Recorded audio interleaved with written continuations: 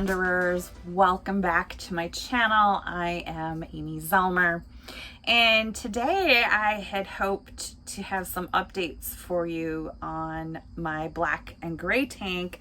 If you watched previous videos, you saw that the poles won't come out to dump my gray and black tanks, and so I was supposed to be bringing my camper in this morning to the dealer to leave it there so that they could get it fixed this week. However, change of plans. I got in my truck this morning. I have a Ford F150, and I went to back out of the driveway, and it did this weird, like the backup light came on and I was in reverse, or the backup camera came on and I was in reverse, and I went to touch the gas and nothing was happening. Like it wasn't actually backing up. It was super weird. I it's one of those moments where you're like, am I not in reverse? But the backup camera's on, so clearly I'm in reverse. And then all of a sudden on my screen, the orange wrench tool came up on my dash, the dreaded wrench on the Fords. So then I got it into park. I like kind of sat there for a moment, like what's happening? I turned the truck off, I turned it back on. Then the wrench tool came back up, and you can click the OK button, and I okayed it, but it still kind of sits down in the tray, the little symbol. But I was then able to back out of the driveway. I backed out, and I'm like, I'm just gonna take it around the block, see what happens. And drove it around the block. The wrench tool stayed on. Got back home. I'm like, okay, I'm gonna look up what the wrench tool is. It can be several things, but it's generally your throttle, your drivetrain, or your transmission. So none of, not good things. It can be really bad things. And it says when the wrench symbol's on, you are in limp mode, meaning it's powered down. So I made the decision, I better not be hooking up to my trailer and getting out on the road and having this happen again. So I called the dealership, told them I wouldn't be coming in this morning.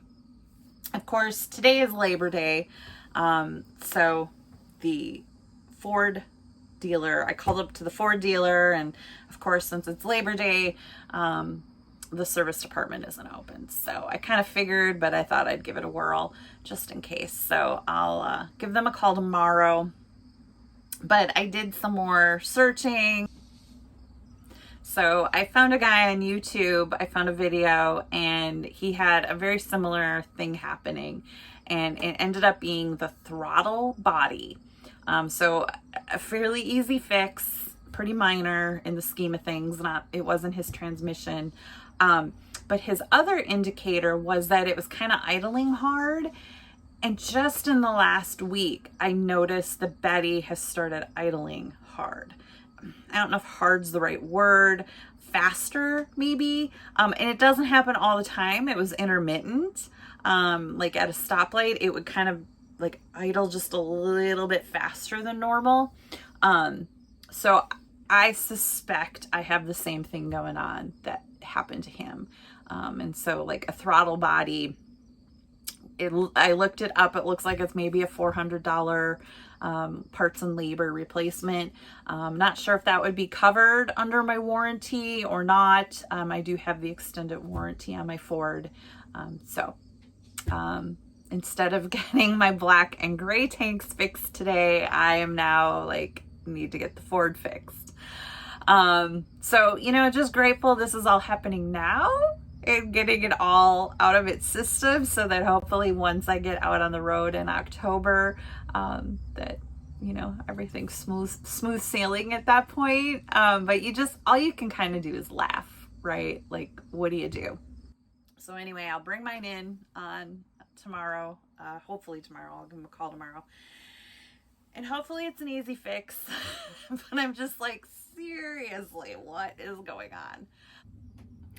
So I have an update from the Ford dealer. I took So as I mentioned, I had the dreaded wrench light come on. I took it into our local Ford dealer, and I was pretty shocked at their response.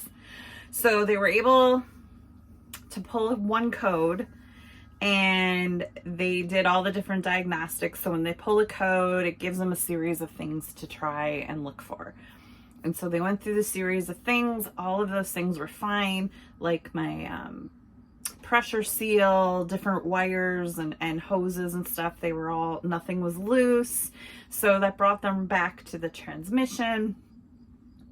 They checked my transmission fluid, and it was almost empty. He said he pulled the dipstick, and the dipstick was completely bone dry. There was nothing on the dipstick. So then he went to the side and pulled the plug, and there was a little bit left in the pan. Thank goodness. But yeah, it was about 2 quarts low. And like, he found no evidence. So my first question was, so is there a leak? Is there a transmission leak? And he's like, no. He, the bottom of my truck has a, like a protective shield on it. So he had pulled the shield down, and he inspected everything on the shield. He looked everywhere for a leak because he was convinced there had to be a leak, but there was no leak. Oh, and it was also really black. The transmission fluid that was in there was black. So he did not find a leak. And our best guess is at about 55,000 miles a year ago, they replaced the cam phasers, or the timing chains. And his best guess is when they filled the fluid afterwards, they didn't put enough in, which means that it's been driving around for about 20,000 miles for a year with low, very low transmission fluid. So, good news. The transmission fluid did not smell burnt, so that's good. It's driving really well now, so we think that there wasn't any major damage done. My truck only has about 75,000 miles on it. So, I mean, there should be 0 transmission issues on a like normal truck, right? You should easily get like close to 200,000 on an F-150 before you start having any sort of engine or transmission issues. But just something to really watch going forward. I do have the extended warranty. I have a 48,004 year extended warranty. So I'm good. I'm covered if something does happen with the transmission. We don't want anything to happen, right? Like, that'd be a major inconvenience, especially if I'm on the road. But we think we should be good. It was shocking to all of us. And so I put in a call to my dealer that I purchased it from, talked to my sales guy, and he's going to see what he can help do for me. So I wrote them a letter. I sent them the invoice and all the diagnostics, because this cost me about $750. Unfortunately, it wasn't covered under warranty because what we ended up doing was a full transmission flush. He recommended we completely flush it because what was already in there was pretty gross, and he felt like it was really important to flush the full transmission and get new fluid in there. So a transmission flush is considered maintenance, and the diagnostics was around $200, which my deductible on my warranty is $200. So like, it wasn't covered under warranty per se, so I had to pay out of pocket. So hoping that my dealer I purchased it from will help reimburse me on that, because they absolutely should have caught it. The tech explained to me that when they check it during an oil change, they often just check it through the plug, and they probably see, oh, there's fluid in there, and not look too deep, right? But if anyone had pulled the dipstick, they would have seen it was bone dry. And so the dealer, before they sold it, should have found that. So we're really hoping the dealer will reimburse me for the cost of having this done. Because it's really on them. They should have caught this. Like, this is, honestly, it should have been caught at any of the oil changes along the way. But like I said, they might have just seen fluid, and, you know, when they're doing an oil change, they're not always, you know, they don't always care depending where you get it done, right? But man, what a difference in how she shifts. I've been telling everyone since I bought it. I remember on my test drive thinking that it clunked really hard when it shifted. And everybody has just told me, oh, you just got to get used to a truck. They drive very different than your Subaru or a car. Like, they have a very different, you know, you've got the transfer case that's kind of under where your driver's seat is. And there's just more clunking and movement in a truck than in a car. Okay, but my gut has told me since I bought it that there's something not right with how it shifts. Now that it has transmission fluid in it and it's clean, it shifts totally different, you guys. Like, it's smooth. I used to, when I'd go from reverse to park, I'd have to wait like 3 seconds, and it would take it 3 seconds, and then it would go clunk and kind of move forward as it went into drive. So yeah, it doesn't do that anymore. And it used to, when I would slow down, like if I was out on our main street here in town, and it's like a 35, and then as I slowed down to turn the corner to come onto my street, I would get like a clunk, and I could feel like some movement in that transfer case under my seat. And I'm not feeling that. I've only driven it a little bit since I got it back, but I'm not feeling any of that anymore. And it's just shifting real smoothly. I used to have a hard shift between 4th and 5th and 5th and 6th gear. And now it's just a nice and smooth shift. And when I used to kind of like downshift, like if I was going 55 and I had to take my foot off the gas for a moment, and then maybe put it on the gas again, like I'd get a hard shift, and I'm not seeing that now. So I suspect that's all been resolved. So any of you that know about cars are probably just going to be aghast at what I've said. Like I said, my tech was shocked. I was shocked. He looked really hard for a leak because that was the most logical explanation. The second most logical explanation is, like I said, they didn't fill it all the way full after they replaced the cam filters.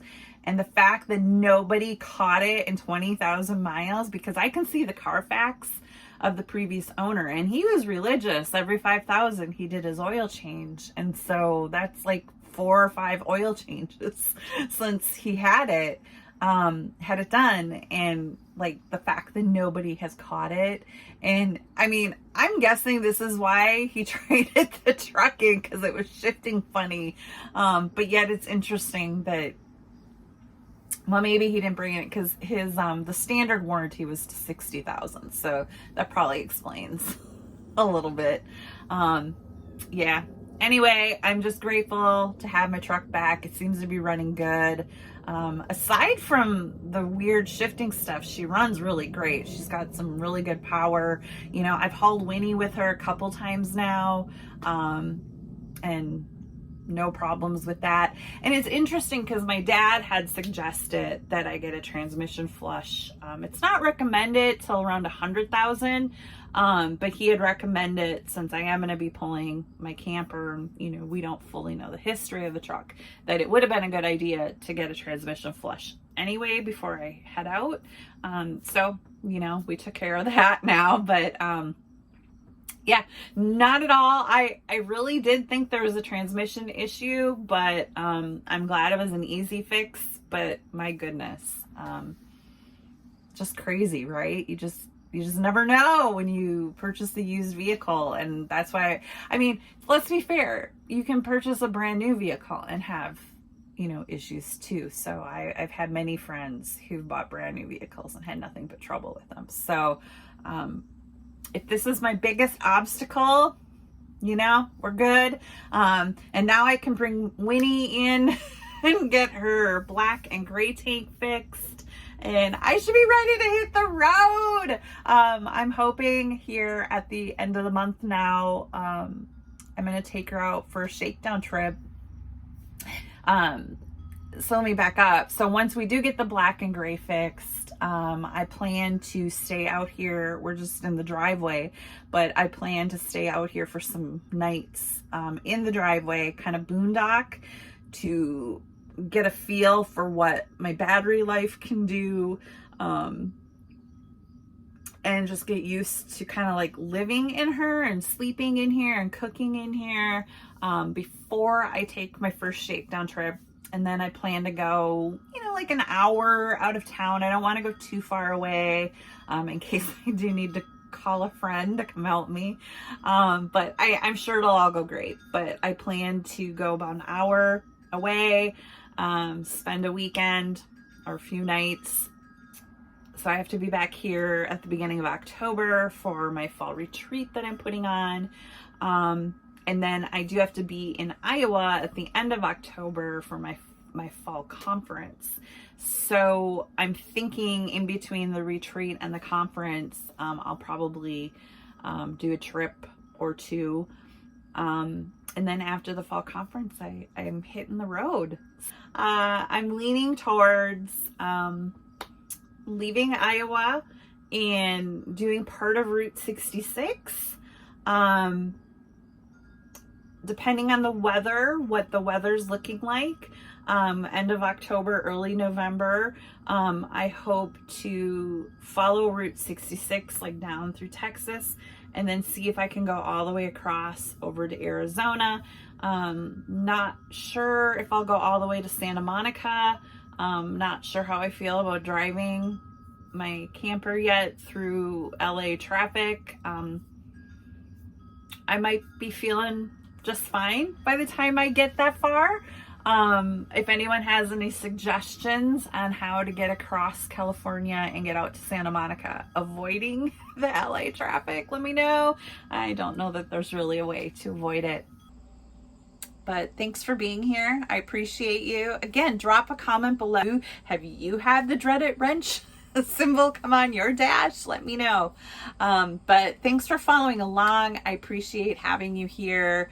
Go ahead and drop a comment. Be sure to hit the like button, you guys. That helps so much. It's a free way to help support my YouTube channel. And hit the subscribe button so you never miss a video. I promise you these videos will get more exciting as I hit the road. I hope to share with you all my travels. But for now, it's just a lot of logistics and getting things figured out. But that's part of RV life, right? So thanks for being here, y'all.